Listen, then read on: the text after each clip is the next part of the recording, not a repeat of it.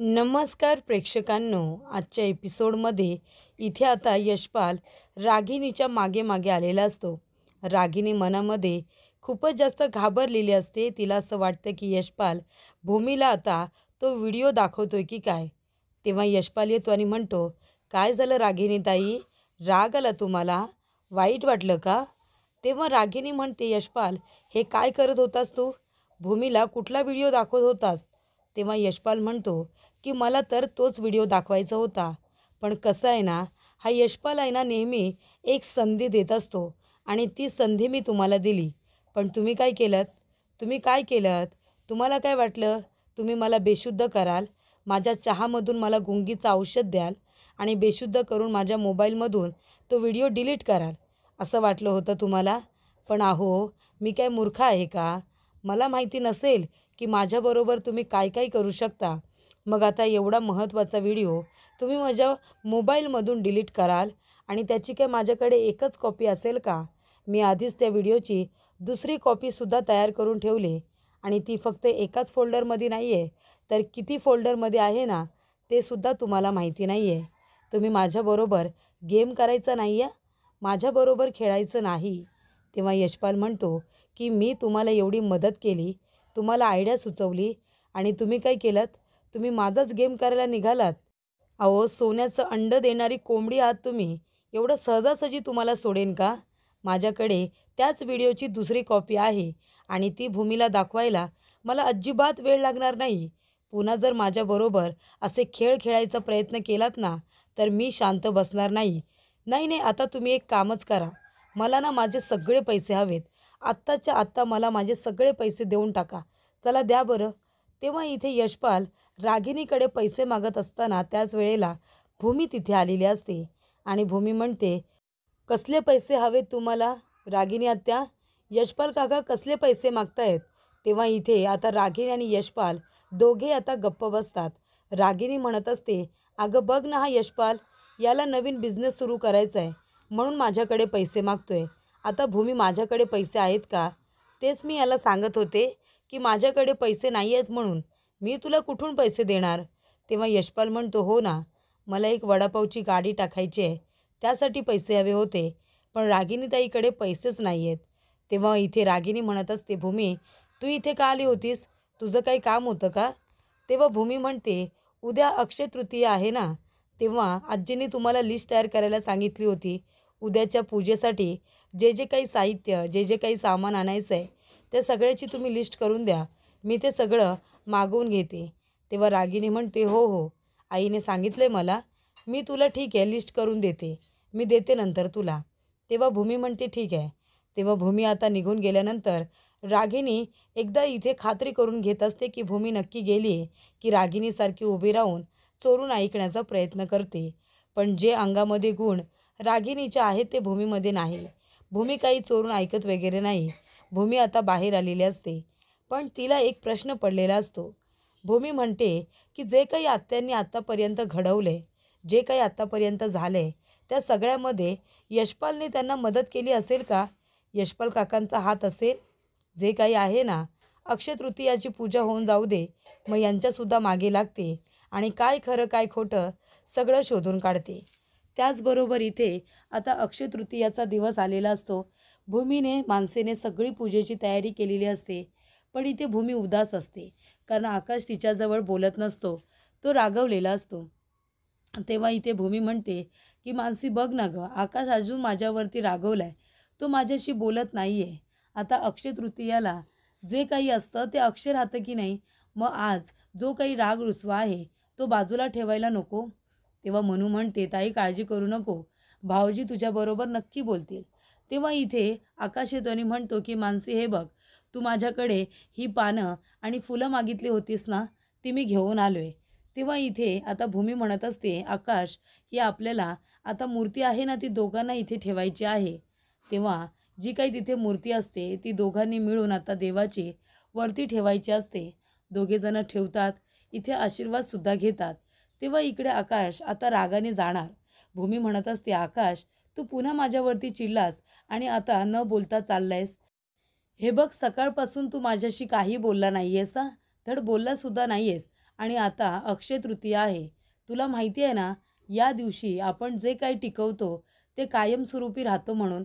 मग आता तुला आपलं गोड नातं टिकवायचं आहे, आपलं प्रेम टिकवायचं आहे, की इथे राग रुसवा ह्याला तुला आयुष्यभर तसंच ठेवायचं आहे? हे बघ, अक्षय तृतीयेच्या दिवशी जे काही आपण चांगला विचार करतो ना, जो काही चांगला निर्णय घेतो, तो अनंत काळ टिकतो, अक्षय टिकतो. म्हणून तर अक्षय तृतीयाला आपण जो काही संकल्प करतो, तो अक्षय टिकतो की नाही? मग तसंच आपलं प्रेम टिकलं पाहिजे, आपल्यातला जिव्हाळा टिकला पाहिजे, की हा रुसवा-फुगवा कायमस्वरूपी तुला ठेवायचा आहे. हे बघ बास झालं आता. आता बोल बरं माझ्याशी, किती रागवणार आहेस अजून? तेव्हा इथे अक्षय तृतीयाचं महत्त्वसुद्धा भूमीने आकाशला समजावून सांगितलेलं असतं, जेणेकरून भूमीवरचा राग तो सोडेल आणि तिच्याबरोबर बोलेल. पण इथे आकाश काही आता तिच्याशी बोलत नाही. त्याच्या डोक्यामध्ये काही प्रकाश पडलेला नसतो. तो आता तरीसुद्धा रागावून तिथून निघून जात असतो. तेव्हा भूमी म्हणते, आकाश ऐक ना रे. तरीसुद्धा आकाश कुठे थांबतोय? तो निघून गेल्यानंतर भूमीला वाईट वाटतं. भूमी म्हणते, मनू बघितलंस ना आकाश कसा वागला माझ्याशी? तेव्हा मनू म्हणते, ताई आता मी तुमच्या दोघांमध्ये काय बोलणार? तेव्हा भूमी म्हणते, अगं आता राग रुसवा हा माणसामध्ये येतो म्हणून तो इतका?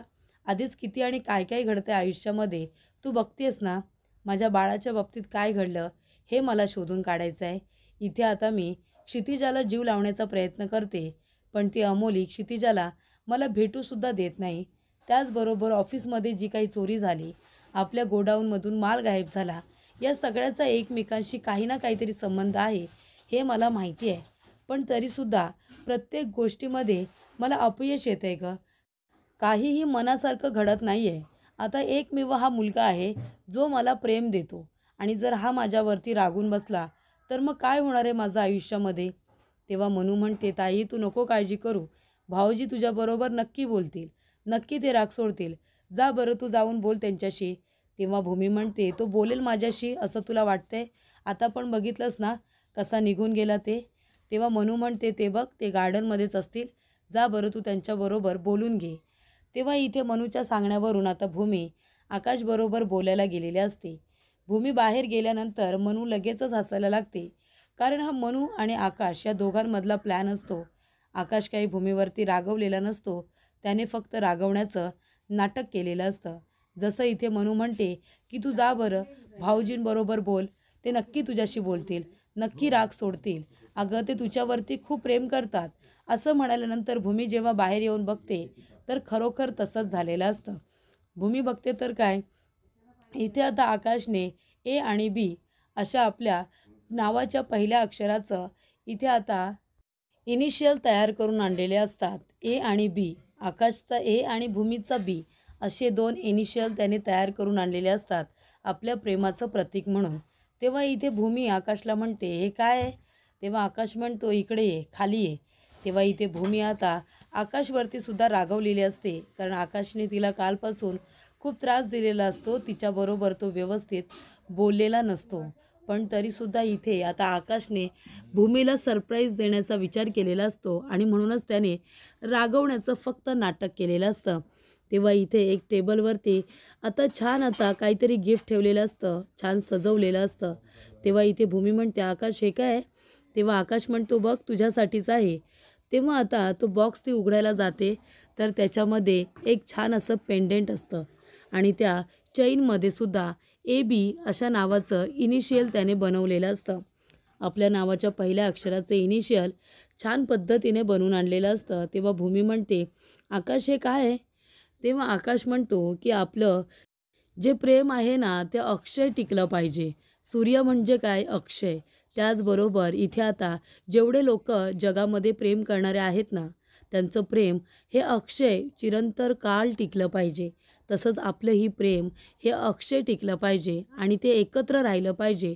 म्हणून मी आपल्या नावाचे 2 शब्द आहेत ना, त्याचे हे इनिशियल तयार करून आणलेत, जेणेकरून हे नेहमी असे एकत्र राहतील आणि आज आपले हे इनिशियल मी एकत्र करून आणलेत, तसं ते अक्षय टिकतील. म्हणूनच मी तुला गिफ्ट म्हणून हे दिलेलं आहे. तेव्हा इथे भूमीला ते खूप आवडलेलं असतं. तेव्हा आकाश म्हणतो, कसं आहे, तुला आवडलं का? तेव्हा भूमी म्हणते, हां ठीक आहे, पण आता ए आणि बी अक्षर आता पहिलं तुझं का?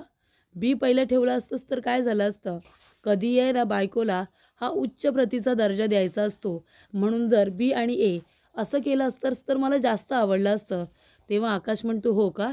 म्हणजे तुला आवडलेलं दिसत नाही आहे. ठीक आहे, दे इकडे, मी करतो. तेव्हा इथे भूमी म्हणते, असू दे रे, मला खूप आवडलं आहे. जर एवढं प्रेम करतोस माझ्यावर, मग माझ्यावरती रागवला होतास का? तेव्हा आकाश म्हणतो, भूमी, अगं प्रेम तर खूप आहेच गं, खूपच जास्त आहे. पण आता ह्या गोड नात्यामध्ये थोडेसे इथे आता गंमत जम्मत तर झाली पाहिजे ना. तेव्हा इथे भूमीने सुद्धा नाटक केलेलं असतं. ती मुद्दामून म्हणत असते की हे लॉकेट मला इतकं आवडलेलं नाही आहे. याच्यामध्ये ए बी का केलेस तू? बी आणि ए करायचं ना. तेव्हा आकाश म्हणतो की ठीक आहे, तुला नाही आवडलं ना, मग काही हरकत नाही, मी तसंही करून आणतो. तेव्हा भूमी म्हणते, आकाश, अरे गंमत करते मी. तूच आता म्हणालास ना की नात्यामध्ये थोडी गंमत जम्मत पाहिजे म्हणून, म्हणून मी बोलले. मला खूप आवडलं हे लॉकेट. तेव्हा आकाश म्हणतो, हो ना, मग मी पण गंमतच केली. मी थोडं ना लगेच तुझ्यासाठी हे लॉकेट बदलून आणणार आहे आणि बी आणि ए करणार आहे. तेव्हा इथे दोघे एकमेकांची इथे आता गंमत करत असतात, मस्करी करत असतात. तेव्हा इथे आकाश काही भूमीवरती रागवलेला नसतो. भूमीला एक छान पद्धतीचं अक्षय तृतीयाच्या दिवशी सरप्राईज द्यायचं असतं, म्हणून त्याने हे केलेलं नाटक असतं. आणि या नाटकामध्ये मनूसुद्धा सामील असते. तिला माहिती असतं की आकाश भूमीला खूप छान असं सरप्राईज देणार आहे आणि ते सरप्राईज भूमीला इतकं आवडलेलं असतं की खूपच. त्यानंतर भूमी म्हणते की हे लॉकेट तू स्वतः माझ्या गळ्यात घाल. तेव्हा आकाश तिच्या गळ्यामध्ये ते लॉकेट घालत असताना ती आता त्याच्याकडे खूपच जास्त प्रेमाने कौतुकाने बघत असते. तिला खूप आवडलेलं असतं हे सरप्राईज, म्हणजे ही आयडियासुद्धा की आपल्या नावाचे 2 इनिशियल तयार करायचे आणि प्रेमाचं प्रतीक म्हणून ते गळ्यामध्ये घालायचं. ही आयडिया तिला खूपच जास्त आवडलेली असते. तेव्हा आकाशभूमी आता दोघे जे काही रागवलेले असतात त्यांचा राग रुसवा गेलेला असतो.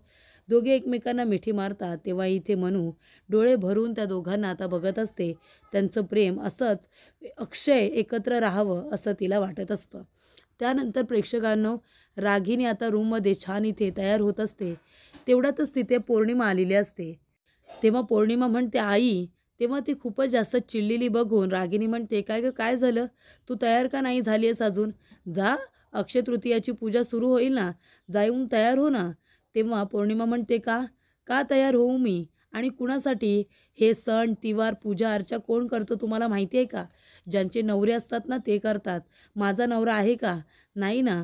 मग मी कुणासाठी तयार होऊ आणि कुणासाठी नटू? मला काही तयार वगैरे व्हायचं नाही आहे. पण आई, मला आता सत्य कळलं आहे.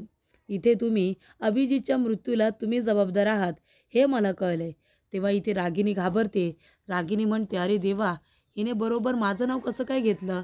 म्हणजे यशपालने हिला तो माझा व्हिडिओ दाखवला की काय अभिजितला मारतानाचा? तेव्हा इथे आता रागिनी म्हणते, तुला काय वेळ लागला आहे का? अभिजितच्या मृत्यूला मी जबाबदार आहे असं कसं म्हणू शकतेस तू? तेव्हा इथे पौर्णिमा म्हणते, नाहीतर काय, अभिजित माझ्या सकाळी स्वप्नात आले होते आणि त्यांनी मला सांगितलं की माझ्या मृत्यूला जबाबदार आई आहे म्हणून. मग जर आकाशने किंवा भूमीने हे केलं असतं तर मग अभिजितने आकाशचं नाव घ्यायला हवं होतं ना, पण त्यांनी नाही घेतलं, त्यांनी तुमचं नाव घेतलं. म्हणून मला असंच वाटतं की तुम्ही यांच्या मृत्यूला जबाबदार आहात, अभिजितच्या. तेव्हा रागिनी म्हणते, पौर्णिमा, अगं ते स्वप्न होतं, स्वप्न. तेव्हा पौर्णिमा म्हणते, ते जर स्वप्न होतं तर मग स्वप्नामध्ये अभिजितने आकाशचं नाव का नाही घेतलं, तुमचंच नाव का घेतलं? आणि आई, मलासुद्धा आता तेच वाटतंय, अभिजितच्या मृत्यूला ना कुठेतरी तुम्हीच जबाबदार आहात. कारण का सांगू? कारण तुम्ही प्रत्येक वेळेला अभिजितकडून मदत घेतलीत. अभिजितने प्रत्येक कामामध्ये तुम्हाला मदत केली. सावलीसारखे ते तुमच्या पाठीशी खंबीरपणे उभे असायचे. ज्या वेळेला तुम्हाला या घरातून हाकलून दिलं होतं ना, त्यावेळेलासुद्धा फक्त अभिजित होते जे तुमच्या पाठीशी खंबीरपणे उभे होते. तुम्हाला घर शोधून देत होते, तुम्हाला तुमच्या कामात मदत करत होते, पैशांची जमवाजमव करत होते. फक्त अभिजित. आणि आता त्या अभिजितचा मृत्यू झाला आहे आणि ते त्या आकाशमुळे झालं आहे हे माहिती असूनसुद्धा तुम्ही काय करताय? त्या आकाशकडून भूमीकडून बदला घेताय का? नाही. म्हणजे इथे अभिजितला मारून ते दोघेजणं मात्र नामानिराळेच आहेत. आनंदाने एकत्र राहत आहेत, इथे ताठमानेने जगतायत. सण तिवार सगळं काही इथे आनंदाने साजरे करतायत. मग आता ते दोघेजण इथे एवढं मोठं कांड करूनसुद्धा आनंदाने जगतायत आणि माझ्या अभिजित मला सोडून गेलेत. तुम्ही त्यांचा बदलासुद्धा साधा घेऊ नये, त्यांना न्याय मिळवून देण्याचा प्रयत्नसुद्धा करू नये. म्हणून तर मला आता असंच वाटतंय की अभिजित जे काही बोलतायत ते बरोबर आहे. बरोबर आहे की तुम्हीच त्यांच्या मृत्यूला जबाबदार आहात. मी सुद्धा आज एक शपथच घेते, एक संकल्प करते. आज अक्षय तृतीया आहे ना, आजच्या दिवशी जो काही संकल्प केला जातो तो टिकतो, तो पूर्ण होतो ना. मग आता मी सुद्धा संकल्प करते की अभिजितच्या मृत्यूला जे लोक जबाबदार आहेत ना, त्यांनी माझ्या नवऱ्याला मारलंय ना, त्यांना कधीच सुख मिळणार नाही. त्यांचा मृत्यूही असा होईल ना की मृत्यूसुद्धा कापेल, थरथर थरथर कापेल, असा खतरनाक मृत्यू मिळेल. तर त्या लोकांचं अजिबात चांगलं होणार नाही. त्यांना कधीच आयुष्यामध्ये सुख मिळणार नाही. ज्या लोकांनी माझ्या नवऱ्याला त्रास दिलाय त्यांच्या मृत्यूला जबाबदार आहेत, असं आता पौर्णिमा म्हणते. तेव्हा रागिनी खूप घाबरते, कारण अभिजितच्या मृत्यूला रागिनीच जबाबदार असते. त्यानंतर इथे यशपाल आता हसतच येतो. यशपाल म्हणत असतो की अरे देवा, या पौर्णिमाला कुणीतरी सांगा की ती ज्या बाईचं वाटोळं करते ना, तिच्या नवऱ्याला ज्यांनी मारलं त्यांचं वाटोळं करते ना, ती बाई तुम्हीच आहात. हे तर पौर्णिमाला माहितीच नाही आहे आणि तिने सांगितलं आहे की त्या बाईला कधीच सुख नाही मिळणार, म्हणून वाटोळं वाटोळं होईल. मग आता तुमचं वाटोळं हे होणारच. जसा तुम्ही अभिजितला मारत असताना एक आता पुरावा मागे ठेवला, तो माझ्याकडे आहे, तसाच अजून कुठला पुरावा मागे राहिलेला नाही आहे ना. तो जर सापडला तर तुमचं काही खरं नाही, हे मात्र नक्की. तेव्हा रागिनी म्हणते की हा यशपाल बरोबर बोलतोय. म्हणजे आता त्या भूमीच्या बाळाला मी गायब केलं, तर ते CCTV फुटेज मात्र मी डिलीट केलं, पण अजून काही पुरावा मागे राहिलेला नाही आहे ना. तसंच आता अभिजितला मारतानाच्या वेळेला नाही नाही म्हणता एक पुरावा मागे राहिलाच, तो म्हणजे हा यशपाल डोक्यावरती येऊन बसलाय. अजून काही आता गोष्टी उकरायला नको, असं आता रागिनी म्हणत असते. त्यानंतर इथे अक्षय तृतीयाच्या पूजेला सगळेजण जमलेले असतात. अक्षय तृतीयाची पूजा झाली की मग इथे आंबे खायचे, अशी त्यांची रीत असते. त्यामुळे आता सगळी तयारी करण्यात आलेली असते. भूमी म्हणत असते, आजी एकदा नजर टाकता का, सगळी तयारी व्यवस्थित झाली आहे ना बघा. तेव्हा आजी म्हणतात, हो हो, सगळी तयारी अगदी व्यवस्थित झाली आहे. पण भूमी, आंबे हे थंड पाण्यामध्ये ठेवले होतेस ना. तेव्हा भूमी म्हणते, हो आजी, काल रात्रीच काढून ठेवले होते. कारण का पूजा झाल्यानंतर हे सगळेजण काय ऐकणार आहेत का, लगेच आंबे खायला बसतील. तेव्हा अथर्व म्हणत असतो की बरं चला चला, लवकर पूजा करून घ्या, आम्हाला आंबे खायचे आहेत. तेव्हा रागिनी म्हणत असते की बाप रे, बघा माझ्या मुलांचा उत्साह, म्हणजे जसे काही दरवर्षी हे लोक आंबे खातच नाही. तेव्हा इकडे आता आजी म्हणत असतात की बरं झालं, पुरुषोत्तम आपल्याला दरवर्षी इथे आठवणीने आंबे पाठवून देतो, म्हणून दरवर्षी आपल्याला हे चाखायला मिळतात. तेव्हा इकडे आता भूमी म्हणत असते की चला आता आपण पूजा करून घेऊया का. तेव्हा आजी म्हणते की नाही, लगेच पूजा करायची नाही, तर आधी संकल्प सोडा. तेव्हा आकाश म्हणतो की आता कसला संकल्प सोडायचा आहे. तेव्हा आजी म्हणत असते, अरे आकाश आणि भूमी, तुम्हाला दोघांना मिळून संकल्प सोडायचा आहे की या घरामध्ये सुख शांती येऊ दे, काही संकट असतील ती बाजूला पळून जाऊ दे. कारण आज अक्षय तृतीया आहे ना, त्याच्यामुळे आज आपण ज्या गोष्टींचा संकल्प करू ना, ते अक्षय काळ टिकतील, म्हणजे चिरंतर काळ टिकतील. अक्षय म्हणजे काय, ज्याचा कधी क्षय होत नाही, ते म्हणजे अक्षय. त्याच्यामुळे आज ज्या ज्या गोष्टींचा संकल्प सोडला जाईल त्या त्या गोष्टी घडणारच, सगळं काही चांगलं होणार, असं आजी म्हणत असतात. त्याच्यामुळे चला टोपी घाला, इथे टिळा लावून घ्या. आकाश आता टोपी घालतो, भूमी त्याला इथे टिळा वगैरे लावते. त्यानंतर भूमी म्हणत असते की आजी, अजून एका गोष्टीसाठी संकल्प सोडला तर चालेल का. तेव्हा रागिनी म्हणत असते, अजून कुठल्या गोष्टीसाठी तुला संकल्प सोडायचा आहे. तेव्हा भूमी म्हणते, क्षितिजासाठी. क्षितिजासाठी सुद्धा मला इथे छान आरोग्य मागायचं आहे. तिचं येणारं आयुष्य, तिचं भविष्य हे सुखकर आणि छान असू दे. तिच्या आयुष्यामध्ये सुद्धा काही संकटं येणार असतील तर दूर होऊ दे, बरोबर की नाही. सुख शांती समाधान तिला सगळंच काही मिळू दे, आरोग्य छान मिळू दे. तेव्हा इकडे आता भूमी असं म्हणाल्यानंतर इथे आजी म्हणत असतात, भूमी हे काय विचारणं झालं का, तिच्यासाठी तुला जे काही मागायचं आहे ना ते माग ना बाळा, ती सुद्धा आपल्या कुटुंबाचा एक भागच आहे. तेव्हा भूमी म्हणत असते की नक्कीच, क्षितिजा मला माझ्या मुलीप्रमाणेच आहे आणि म्हणूनच तिच्या आयुष्यामध्ये कुठलीही संकट येता कामा नये. फक्त सुख शांती समाधान आणि छान आरोग्य, तिला सगळं काही मिळालं पाहिजे. तिच्या आयुष्यामध्ये फक्त आनंद आनंद आला पाहिजे, असं भूमीचं म्हणणं असतं. तेव्हा रागिणीला खूप राग येत असतो, कारण इथे अक्षय तृतीयाच्या निमित्ताने जे मागितलं जातं ते अक्षय काळ टिकतं. आणि मग भूमी आता आपल्या मुलीसाठीच प्रार्थना करणार असते, कारण का ही जी काही क्षितिजा आहे ती भूमीचंच बाळ आहे ना, ते फक्त अमोलीकडे आहे. आणि हे जरी भूमीला माहिती नसलं तरी इथे नकळतपणे का होईना पण भूमी आपल्या बाळासाठीच इथे आता सगळी पूजा करणार असते. त्यानंतर इथे भूमी म्हणत असते की आज जर आपल्या इथे क्षितिजा आली असती तर किती बरं झालं असतं ना. आणि तेवढ्यातच प्रेक्षकांनो इथे अमोली क्षितिजाला घेऊन आलेली असते. तेव्हा भूमी दाराकडे बघते तर काय, अमोली क्षितिजाला घेऊन आलेली असते. तेव्हा भूमी धावत पळत येते. तेव्हा अमोली तिच्या हातावरती फटका देते प्रेक्षकांनो. असा फटका देते आणि म्हणते की भूमी बाजूला हो, माझ्या क्षितिजाला, माझ्या मनूला हात लावू नको. तेव्हा इकडे आता मनीला हात लावू नको असं म्हणाल्यानंतर भूमी लगेचच वाईट चेहरा करते. तिला फारच वाईट वाटतं. तेव्हा इकडे अमोली म्हणत असते की भूमी, मी इथे मनीला घेऊन आले म्हणजे तुला बघता यावं, तुला तिला घेता यावं म्हणून नाही, तर मी इथे आजीच्या विनंतीला मान देऊन आले.